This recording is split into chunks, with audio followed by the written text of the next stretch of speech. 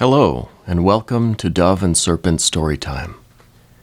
Tonight's story is called The Bronze Ring. Once upon a time in a certain country there lived a king whose palace was surrounded by a spacious garden. But though the gardeners were many and the soil was good, this garden yielded neither flowers nor fruits, not even grass or shady trees. The king was in despair about it when a wise old man said to him, "Your gardeners do not understand their business. But what can you expect of men whose fathers were cobblers and carpenters? How should they have learned to cultivate your garden?" "You are quite right," cried the king. "Therefore," continued the old man, "you should send for a gardener whose father and grandfather have been gardeners before him. And very soon your garden will be full of green grass and gay flowers, and you will enjoy its delicious fruit." So the king sent messengers to every town, village, and hamlet in his domains to look for a gardener whose forefathers had been gardeners also. And after 40 days, one was found. "Come with us and be gardener to the king," they said to him. "How can I go to the king?" said the gardener, "a poor wretch like me." "That is of no consequence," they answered. "Here are new clothes for you and your family. But I owe money to several people." "We will pay your debts," they said. So the gardener allowed himself to be persuaded and went away with the messengers, taking his wife and his son with him. And the king, delighted to have found a real gardener, entrusted him with the care of his garden.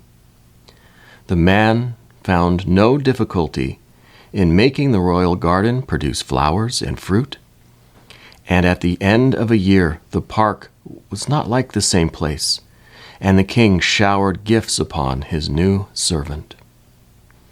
The gardener, as you have heard already, had a son, who was a very handsome young man with most agreeable manners, and every day he carried the best fruit of the garden to the king, and all the prettiest flowers to his daughter. Now this princess was wonderfully pretty and was just 16 years old, and the king was beginning to think it was time that she should be married. "My dear child," said he, "you are of an age to take a husband. Therefore I am thinking of marrying you to the son of my prime minister." "Father," replied the princess, "I will never marry the son of the minister." "Why not?" asked the king. "Because I love the gardener's son," answered the princess. On hearing this, the king was at first very angry, and then he wept and sighed and declared that such a husband was not worthy of his daughter. But the young princess was not to be turned from her resolution to marry the gardener's son. Then the king consulted his ministers. "This is what you must do," they said. "To get rid of the gardener, you must send both suitors to a very distant country, and the one who returns first shall marry your daughter." The king followed this advice, and the minister's son was presented with a splendid horse and a purse full of gold pieces, while the gardener's son had only an old lame horse and a purse full of copper money, and everyone thought that he would never come back from his journey. The day before they started, the princess met her lover and said to him, "Be brave, and remember always that I love you. Take this purse full of jewels and make the best use you can of them for love of me. And come back quickly and demand my hand." The two suitors left the town together, but the minister's son went off at a gallop on his good horse, and very soon was lost to sight behind the most distant hills. He traveled on for some days, and presently reached a fountain beside which an old woman, all in rags, sat upon a stone. "Good day to you, young traveler," she said. But the minister's son made no reply. "Have pity upon me, traveler," she said again. I am dying of hunger, as you see, and 3 days have I been here, and no one has given me anything." "Let me alone, old witch," cried the young man. "I can do nothing for you." And so saying, he went on his way. That same evening the gardener's son rode up to the fountain upon his lame gray horse. "Good day to you, traveler," said the beggar woman. "Good day, good woman," answered he. "Young traveler, have pity upon me." "Take my purse, good woman," said he, "and mount behind me, for your legs can't be very strong." The old woman didn't wait to be asked twice, but mounted behind him, and in this style they reached the chief city of a powerful kingdom. The minister's son was lodged in a grand inn. The gardener's son and the old woman dismounted at the inn for beggars. The next day the gardener's son heard a great noise in the street, and the king's heralds passed, blowing all kinds of instruments and crying, "The king, our master, is old and infirm. He will give a great reward to whoever will cure him and give him back the strength of his youth." Then the old beggar woman said to her benefactor, "This is what you must do to obtain the reward which the king promises. Go out of the town by the south gate, and there you will find 3 little dogs of different colors. The first will be white, the second black, the third red. You must kill them and then burn them separately and gather up the ashes. Put the ashes of each dog into a bag of its own color.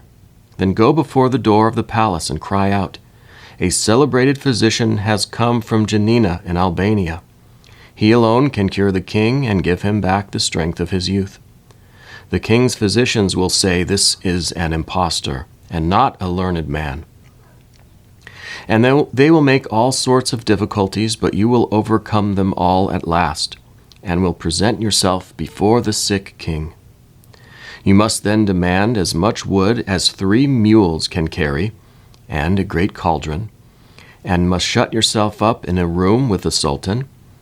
And when the cauldron boils, you must throw him into it, and there leave him until his flesh is completely separated from his bones.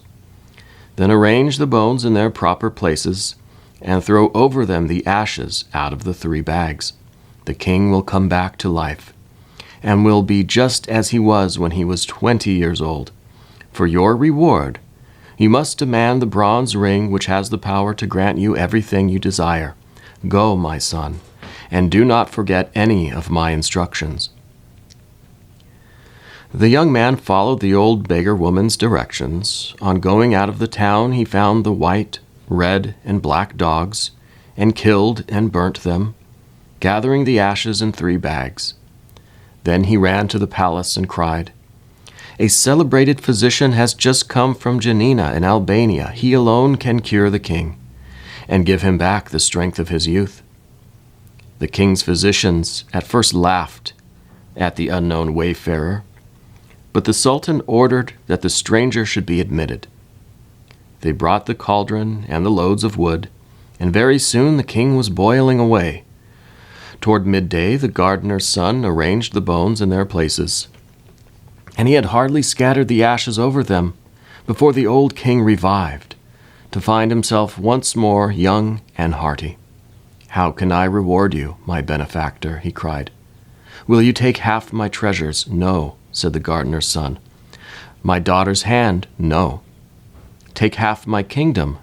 "No." "Give me only the bronze ring, which can instantly grant me anything I wish for." "Alas," said the king, "I set great store by that marvelous ring. Nevertheless, you shall have it." And he gave it to him. The gardener's son went back to say goodbye to the old beggar woman. Then he said to the bronze ring, "Prepare a splendid ship in which I may continue my journey. Let the hull be of fine gold, the masts of silver, the sails of brocade. Let the crew consist of 12 young men of noble appearance, dressed like kings. St. Nicholas will be at the helm. As to the cargo, let it be diamonds, rubies, and emeralds." And immediately a ship appeared upon the sea, which resembled in every particular the description given by the gardener's son, and, stepping on board, he continued his journey. Presently he arrived at a great town and established himself in a wonderful palace. After several days he met his rival, the minister's son, who had spent all his money and was reduced to the disagreeable employment of a carrier of dust and rubbish. The gardener's son said to him, "What is your name? What is your family? And from what country do you come?" "I am the son of the prime minister of a great nation, and yet see what a degrading occupation I am reduced to. Listen to me. Though I don't know anything more about you, I am willing to help you. I will give you a ship to take you back to your own country upon one condition. Whatever it may be, I accept it willingly. Follow me to my palace." The minister's son followed the rich stranger, whom he had not recognized.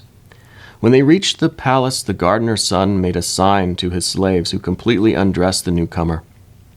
"Make this ring red hot," commanded the master, "and mark the man with it upon his back." The slaves obeyed him. "Now, young man," said the rich stranger, "I am going to give you a vessel which will take you back to your own country." And going out, he took the bronze ring and said, "Bronze ring, obey thy master. Prepare me a ship of which the half-rotten timbers shall be painted black. Let the sails be in rags, and the sailors infirm and sickly. One shall have lost a leg, another an arm. The third shall be a hunchback, another lame or club-footed or blind, and most of them shall be ugly and covered with scars. Go, and let my orders be executed." The minister's son embarked in this old vessel, and thanks to favorable winds, at length reached his own country. In spite of the pitiable condition in which he returned, they received him joyfully. "I am the first to come back," he said to the king. "Now fulfill your promise, and give me the princess in marriage." So they at once began to prepare for the wedding festivities. As to the poor princess, she was sorrowful and angry enough about it. The next morning at daybreak, a wonderful ship, with every sail set, came to anchor before the town. The king happened at that moment to be at the palace window. "What strange ship is this," he cried, "that has a golden hull, silver masts, and silken sails? And who are the young men like princes who man it? And do I not see St. Nicholas at the helm? Go at once and invite the captain of the ship to come to the palace." His servants obeyed him, and very soon in came an enchantingly handsome young prince, dressed in rich silk, ornamented with pearls and diamonds. "Young man," said the king, "you are welcome, whoever you may be. Do me the favor to be my guest as long as you remain in my capital." "Many thanks, sire," replied the captain. "I accept your offer." "My daughter is about to be married," said the king. "Will you give her away?" "I shall be charmed, sire." Soon after came the princess and her betrothed. "Why, how is this?" cried the young captain. "Would you marry this charming princess to such a man as that?" "But he is my prime minister's son." "What does that matter? I cannot give your daughter away. The man she is betrothed to is one of my servants." "Your servant?" "Without doubt. I met him in a distant town, reduced to carrying away dust and rubbish from the houses. I had pity on him, and engaged him as one of my servants." "It is impossible," cried the king. "Do you wish me to prove what I say?" This young man returned in a vessel which I fitted out for him, an unseaworthy ship with a black, battered hull, and the sailors were infirm and crippled. "It is quite true," said the king. "It is false," cried the minister's son. "I do not know this man." "Sire," said the young captain, "order your daughter's betrothed to be stripped, and see if the mark of my ring is not branded upon his back." The king was about to give this order, when the minister's son, to save himself from such an indignity, admitted that the story was true. "And now, sire," said the young captain, "do you not recognize me?" "I recognize you," said the princess. "You are the gardener's son, whom I have always loved, and it is you I wish to marry." "Young man, you shall be my son-in-law," cried the king. "The marriage festivities are already begun, so you shall marry my daughter this very day." And so that very day the gardener's son married the beautiful princess. Several months passed. The young couple were happy as the day was long, and the king was more and more pleased with himself for having secured such a son-in-law. But presently the captain of the golden ship found it necessary to take a long voyage, and after embracing his wife tenderly, he embarked. Now in the outskirts of the capital there lived an old man, who had spent his life in studying black arts, alchemy, astrology, magic, and enchantment. This man found that the gardener's son had only succeeded in marrying the princess by the help of the genie who obeyed the bronze ring. "I will have that ring," he said to himself. So he went down to the seashore and caught some little red fishes. Really, they were quite wonderfully pretty. Then he came back and, passing before the princess's window, he began to cry out, "Who wants some pretty little red fishes?" The princess heard him and sent out one of her slaves, who said to the old peddler, "What will you take for your fish?" "A bronze ring." "A bronze ring, old simpleton, and where shall I find one?"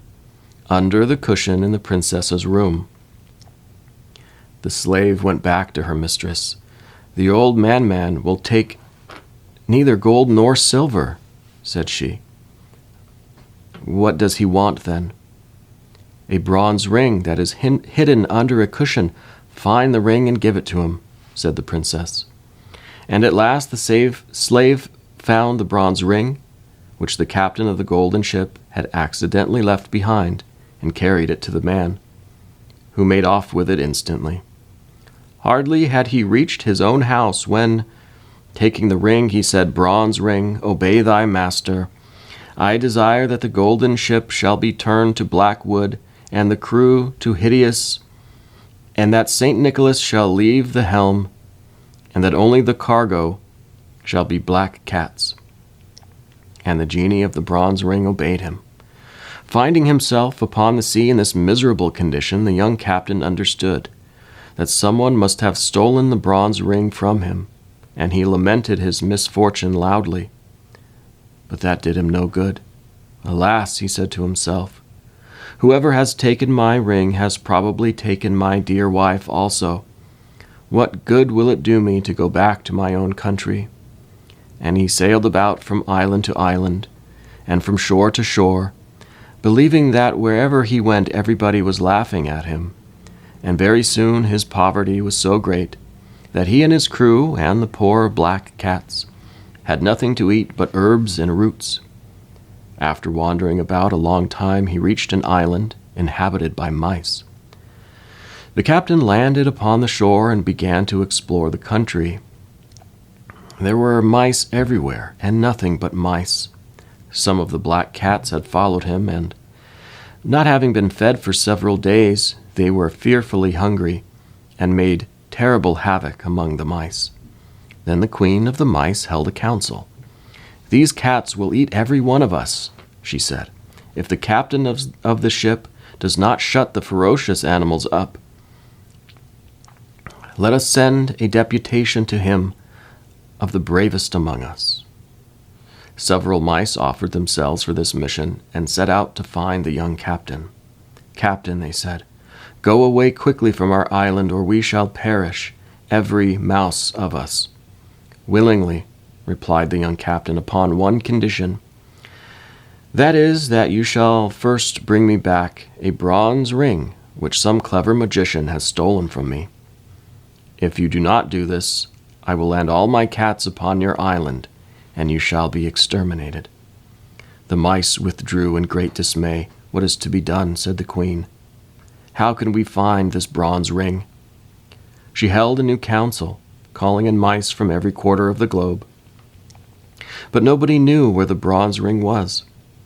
Suddenly, 3 mice arrived from a very distant country. One was blind, the second lame, and the third had her ears cropped. "Ho, ho, ho," said the newcomers. "We come from a far distant country. Do you know where the bronze ring is which the genie obey?" "Ho, ho, ho, we know. An old sorcerer has taken possession of it, and now keeps it in his pocket by day and in his mouth by night. Go and take it from him, and come back as soon as possible." So the 3 mice made themselves a boat and set sail for the magician's country. When they reached the capital, they landed and ran to the palace, leaving only the blind mouse on the shore to take care of the boat. Then they waited till it was night. The wicked old man lay down in bed and put the bronze ring into his mouth, and very soon he was asleep. "Now, what shall we do?" said the 2 little animals to each other. The mouse with the cropped ears found a lamp full of oil and a bottle full of pepper. So she dipped her tail first in the oil and then in the pepper, and held it to the sorcerer's nose. "Atisha, Atisha," sneezed the old man, but he did not wake, and the shock made the bronze ring jump out of his mouth.